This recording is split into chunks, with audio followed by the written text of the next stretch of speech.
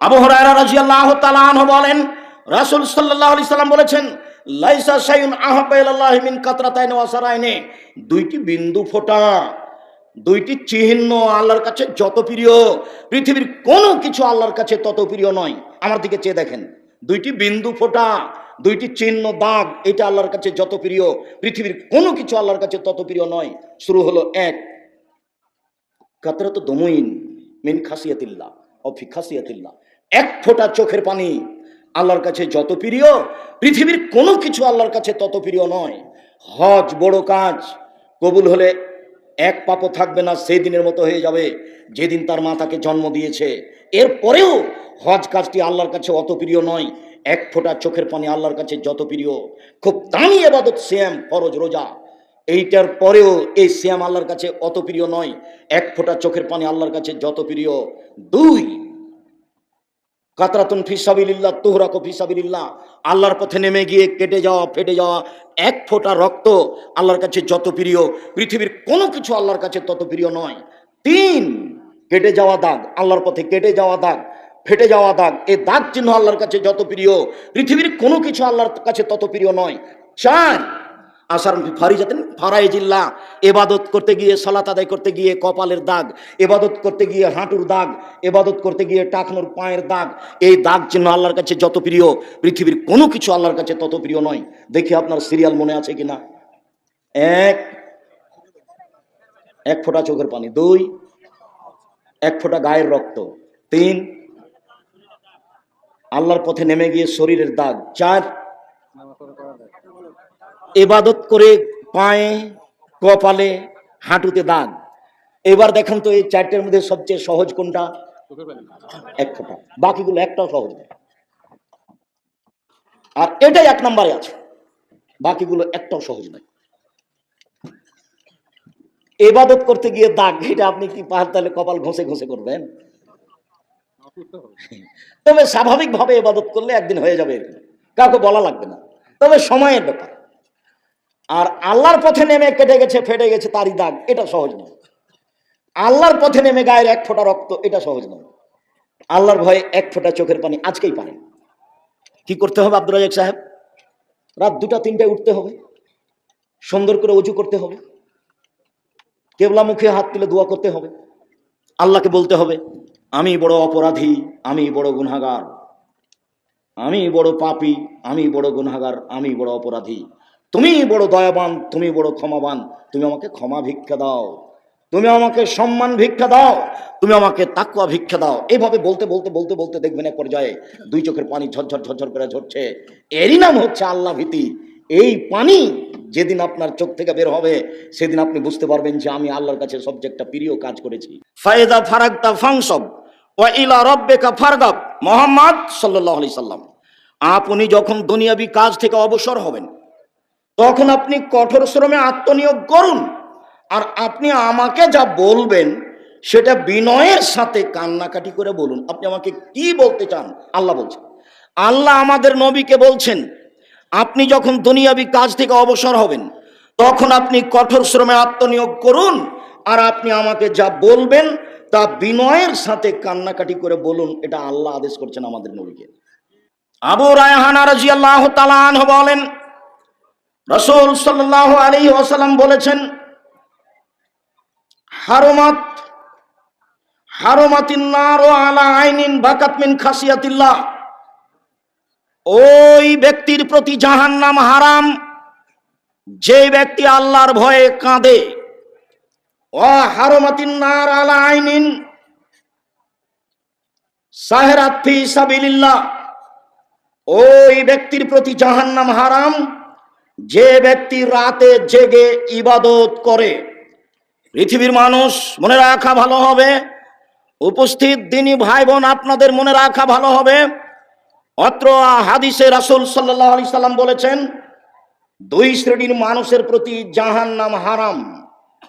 এক, যে আল্লাহর ভয়ে কাঁদে।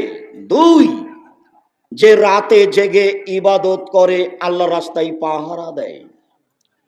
আনাস রাদিয়াল্লাহু তাআলা আনহু বলেন, আনাস রাদিয়াল্লাহু তাআলা আনহু বলেন, রাসূল সাল্লাল্লাহু আলাইহি ওয়াসাল্লাম বলেছেন, মান যাকারাল্লাহ ফাফাজাত আইনাহু, কেউ যদি আল্লাহকে ডাকে তাতে যদি তার চোখের পানি বের হয়ে আসে, হাত্তা ইসুবালার জামিন দমহি, চোখের পানি ঝরে মাটিতে গিয়ে পড়ে, লাম ইউআযাব ইয়াউমাল কিয়ামা, এমন ব্যক্তিকে কিয়ামতের মাঠে শাস্তি দেওয়া হবে না।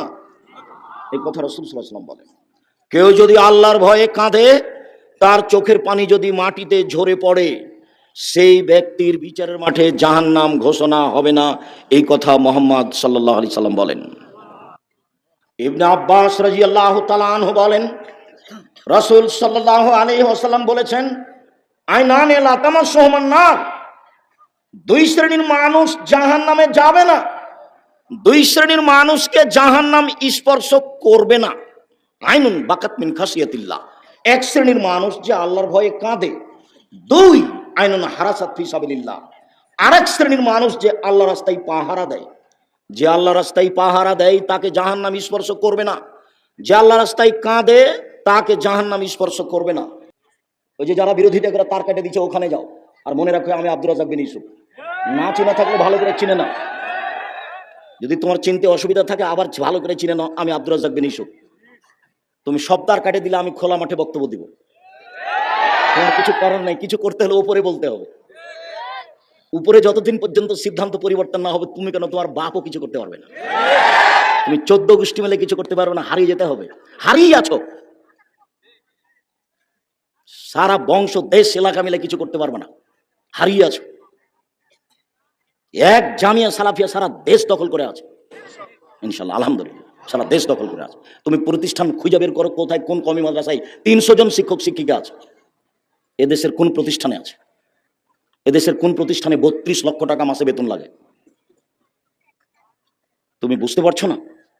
হিংসাটা রেখে দিয়ে, ভদ্রতা বজায় রেখে, কিছু বললে আল্লাহকে বলো, কোরআন হাদিস শুনে মেনে চলো, কোরআন মাজিদ পড়ো, 5 ওয়াক্ত সালাত আদায় করো, আড্ডা পিটো না।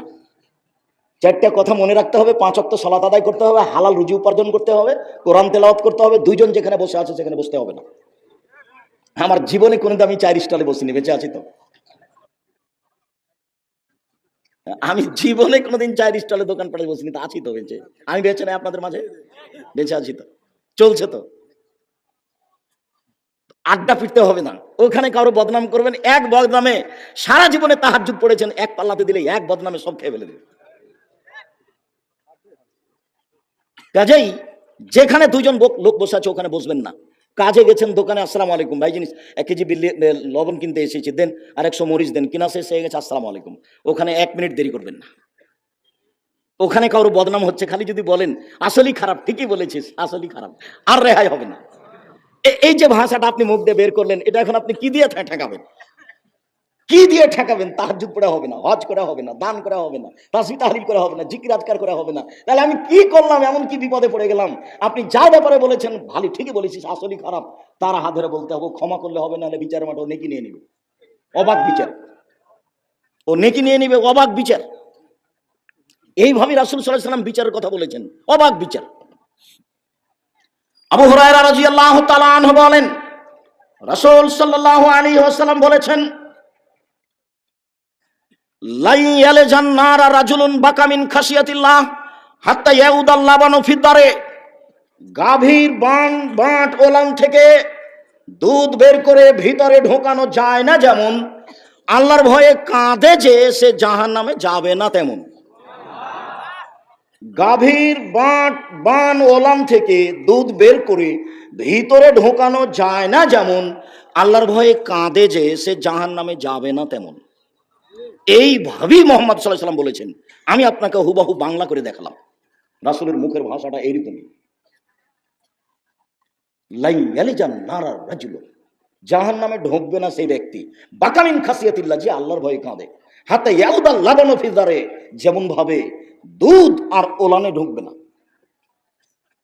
তারপরে বলছেন, ওয়ালা ইয়াজতামিউ গুবারন ফি সাবিলিল্লাহ দোখানো জাহান্নাম, আল্লাহর পথে চলে যে, কোরআন হাদিস পড়ে যে, আল্লাহর পথে চলে যে, কোরআন হাদিস পড়ে যে, এর পায়ের ধুলা এই ব্যক্তি আর জাহান্নামের আগুন একসাথে হবে না।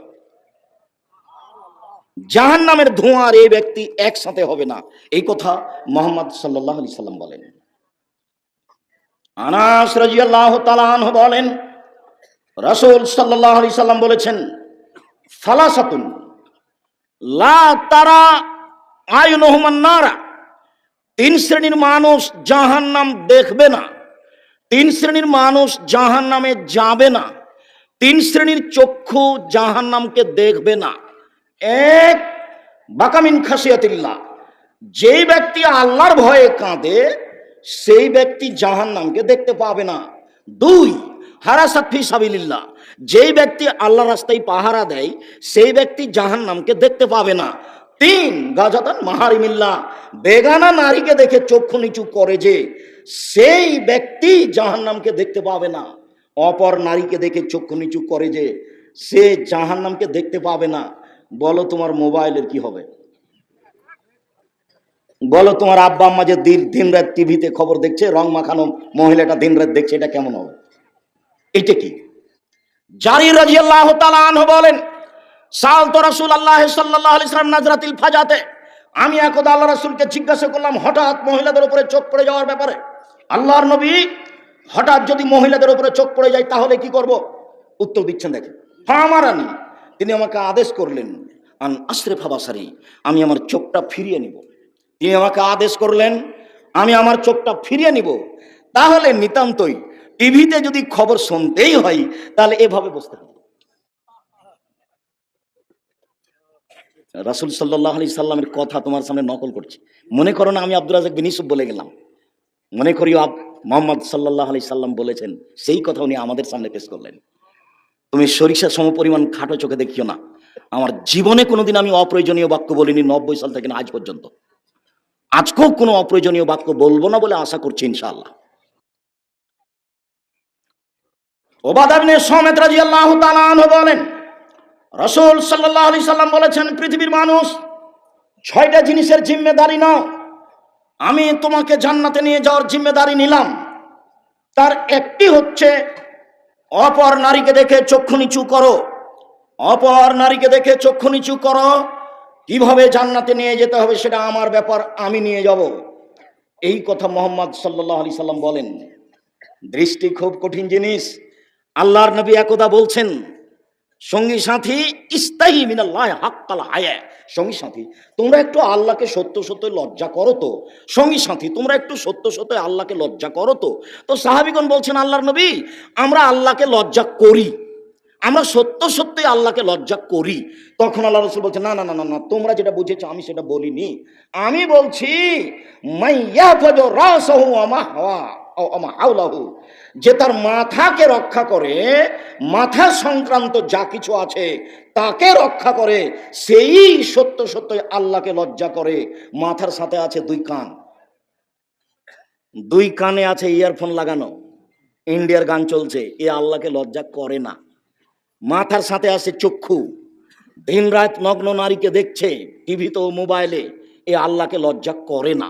সাহাবীগণকে আল্লাহ নবী বলছেন, সঙ্গী সাথী তোমরা একটু সত্য সত্যই আল্লাহকে লজ্জা করো তো। তো সাহাবীগণ বলছেন, আল্লাহর নবী আমরা সত্য সত্যই আল্লাহকে লজ্জা করি। তখন আল্লাহ রাসূল বলছেন, না না না না, আমি এটা বলিনি, আমি বলছি মাথা সহ মাথার সাথে আর যা আছে সবকে তুমি হেফাজত করো, তাহলে তুমি আল্লাহকে সত্য সত্যই লজ্জা করো। চোখ আছে, নাক আছে, মুখ আছে, মুখ সবচেয়ে বড় বিপদ। রাসূল সাল্লাল্লাহু আলাইহি সাল্লাম বলেন, মাইয়াজমান লি মা বাইনা লাইয়াহি ওয়া মা বাইনা রিজলাইহি হাজমাল্লাহুল জান্নাহ, এই জন্য তোমাকে দুজন যেখানে বসে আছে সেখানে বসতে নিষেধ করি।